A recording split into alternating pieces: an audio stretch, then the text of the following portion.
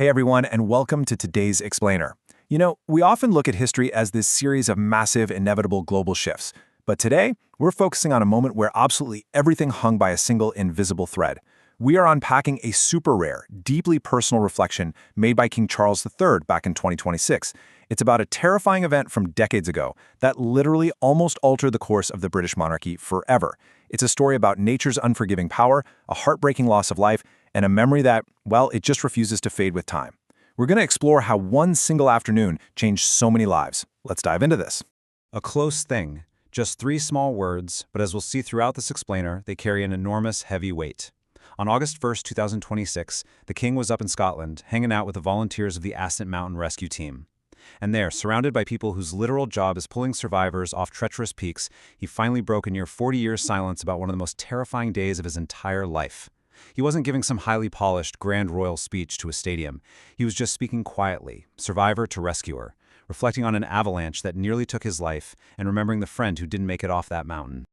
Section 1. The Day Everything Changed. Klosters, Switzerland, 1988. Okay, to really understand the gravity of this event, we have to travel back to March 10, 1988. Prince Charles, who was a really avid and a highly experienced skier, was out enjoying a glamorous Swiss Alps vacation. The setting was Klosters, a resort totally famous for its luxury and royal patrons. Charles was skiing off-piste, meaning he was way away from the groomed, patrolled trails, with a really small, intimate group. This party included his close confidant and friend, Major Hugh Lindsay, who had actually served as an equerry to Queen Elizabeth II. They were also joined by their friend Patricia Palmer-Tompkinson, along with a seasoned Swiss ski guide and a local police officer. And it's incredibly important to note who wasn't on the mountain that afternoon.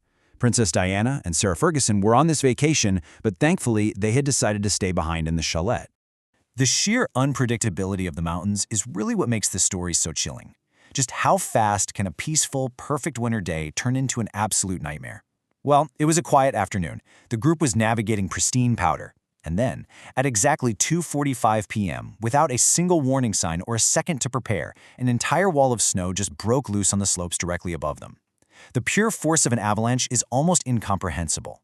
We're talking thousands of tons of snow and ice accelerating to highway speeds in a matter of seconds.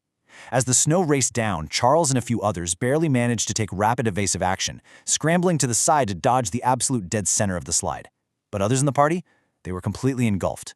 In mere seconds, the roaring stopped, leaving behind this eerie silence and a desperate, frantic rescue operation. The thing is, mountains simply do not care who you are. All the royal glamour, the titles, the prestige, the security, it was instantly stripped away in the freezing Swiss air. Nature is the ultimate, uncompromising equalizer. When that roaring snow finally settled, Prince Charles wasn't a VIP, he was just a desperate, terrified man digging frantically through the freezing, compacted ice with his bare hands. He and the survivors desperately tried to locate and unearth their buried friends, fighting against the clock in an environment where every single second diminishes the chance of survival. The total vulnerability of that moment really highlights just how easily the highest echelons of human society can be humbled by the raw power of the natural world. Section 2. A devastating human toll. Surviving the snow. 34. That is the tragically young age of Major Hugh Lindsay. Despite those frantic, bare-handed rescue efforts from Charles and the rest of the surviving team, the force of the avalanche was just completely overwhelming. It had swept Major Lindsay hundreds of feet down the steep mountainside, subjecting him to a catastrophic fall and burying him under the heavy crush of the snow. He was eventually recovered by emergency services and rushed off the mountain by helicopter to a nearby hospital in Davos, but the injuries he sustained were far too severe. He didn't survive. And you have to remember, this wasn't merely the loss of a royal staff member. This was a devastating personal blow to Charles, losing a man he considered a very dear and close friend. There is a profound, lifelong difference between surviving a physical event and escaping its emotional consequences. Physically, Prince Charles escaped the mountain without injury.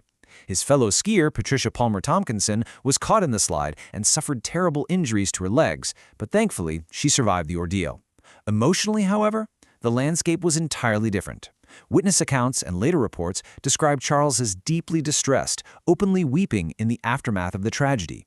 Sure, he was able to walk away from the snow, but he couldn't walk away from the immense grief and the survivor's guilt that so often comes with these kinds of unpredictable disasters. He survived the afternoon, but he lost someone he deeply cared about, forever altering his memory of a place he once loved. And the tragedy takes on an even heavier, more heartbreaking dimension when we look at the family left behind. Major Hugh Lindsay's wife, Sarah, who actually worked in the Buckingham Palace press office, was reportedly 6 months pregnant at the time of the avalanche. She was waiting back in the UK when the awful news broke. Their daughter Alice was born months after her father's tragic death on that Swiss mountain. In a quiet, deeply personal gesture, Charles later became godfather to Alice. That single act permanently tied the horrific events of that winter afternoon to Charles's own life, establishing a lifelong bond with the family left behind, long after the sensational news headlines had faded from the public eye. The aftermath of this avalanche was incredibly complex and just painfully public. Swiss authorities immediately launched an official investigation into the mountain conditions and the decisions made by the ski party, ultimately deciding that no criminal charges would be filed against the guide or anyone else involved. But the intense media and public scrutiny? It was absolutely relentless, turning a private grieving process into a global spectacle. In fact, this event is so deeply burned into the royal consciousness that decades later it was dramatically recreated in the hit Netflix series The Crown. And that creative decision actually sparked a major controversy, because Major Lindsay's widow rightfully objected to her personal, agonizing family tragedy being turned into television drama. The real-life story remains incredibly sensitive and is frankly far more powerful than any fictionalized retelling could ever capture. Section 3. Rescue, Then and Now, 1988 versus 2026. So why did Charles suddenly bring this traumatic memory up in the year 2026? Well, he was visiting the Castle of May to formally celebrate the 50th anniversary of the local mountain rescue organization. And when you look at the evolution of search and rescue over those decades, it is staggering. Back in 1988, Charles experienced a rescue effort that initially relied purely on terrified friends physically searching the snowpack and digging through heavy, concrete-like ice with their bare hands. Fast forward to 2026, and Charles is standing before teams that are now equipped with highly advanced communications networks, precision GPS tracking systems, avalanche beacons, and thermal drones. The technological world of mountain rescue has completely transformed, massively increasing the chances of finding victims alive in those crucial early minutes. But amidst all this incredible technological advancements, one vital thing hasn't changed at all. The core bravery required to step foot on an unstable mountain remains exactly the same. Even with drones flying overhead and digital trackers pinging locations, mountain rescuers routinely walk straight into highly unpredictable, deadly environments where the weather and the terrain can turn fatal in a matter of seconds. They still put their own lives entirely on the line for the sake of total strangers who are having the worst day of their lives. King Charles knows exactly what that pure, unfiltered terror looks like up close, which is exactly why his praise for these modern rescue volunteers was so deeply personal and profoundly felt. Section 4. The Historical What If, A Narrow Escape.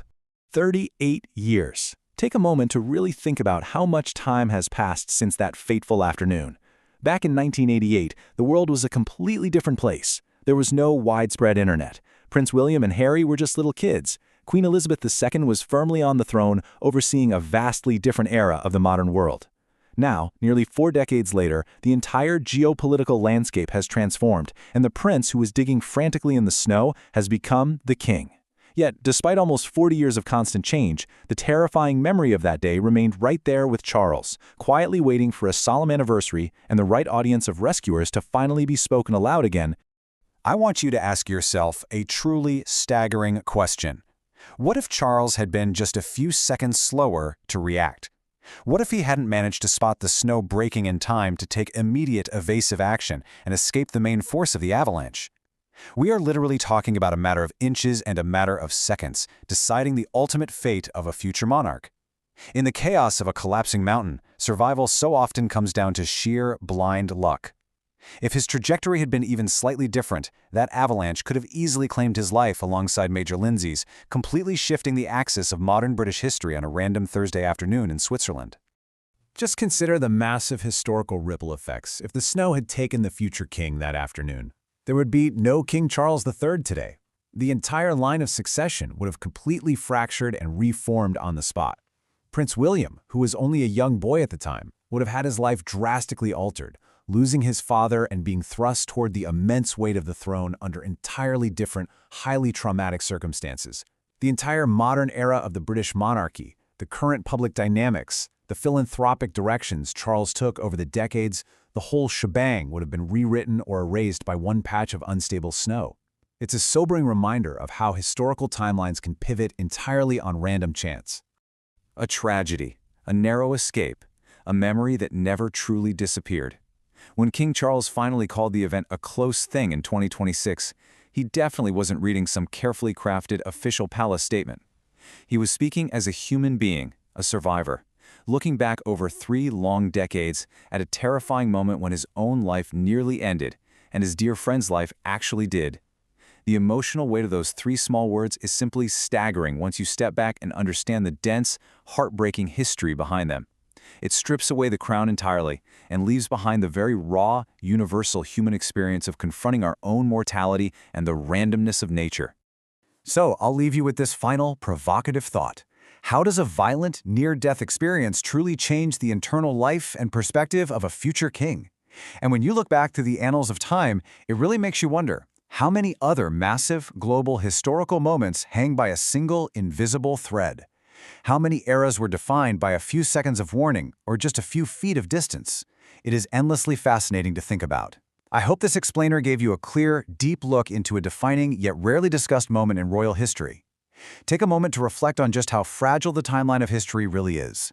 Thanks so much for joining me today, and keep learning.